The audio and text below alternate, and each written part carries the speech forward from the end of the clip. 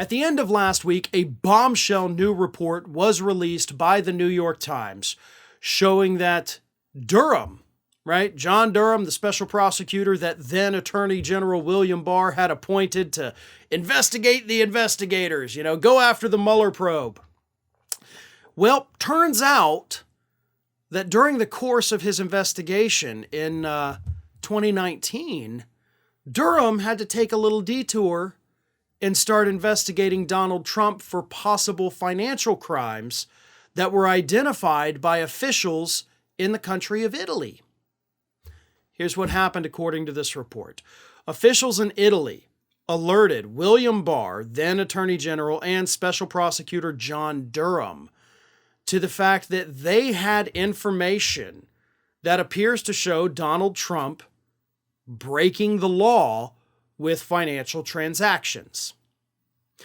Unfortunately, that is all we know about those particular allegations. We don't know what those possible financial crimes were. We don't know what the transactions were for. We don't know the amounts of the transactions. We don't know who they were to or who they were from. But we do know that at that point, according to this report, both Barr and Durham, receiving these allegations, looked at it, and both men working for Trump determined that this information was too important and too credible to not investigate. So, investigate Durham did. Of course, he ended up not bringing any charges. And it's also worth pointing out, we know absolutely nothing other than what I've told you about that investigation.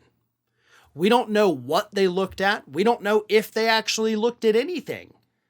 We don't know who they spoke to. We don't know if anybody was subpoenaed. We know nothing about potential financial crimes committed by Donald Trump. We don't even know if it happened when he was president, if it was prior to him becoming president. We don't know. But I gotta tell you, here's the big piece of irony with this, right? Durham was appointed by Bill Barr at Donald Trump's request because they wanted to expose the deep state plot to take down Donald Trump with the Mueller investigation. And instead, ended up having to investigate the very guy who wanted this investigation in the first place for potential criminal activity.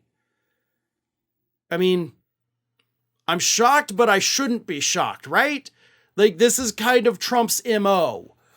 And also worth reporting that Durham was unsuccessful with his investigation, couldn't find any wrongdoing, and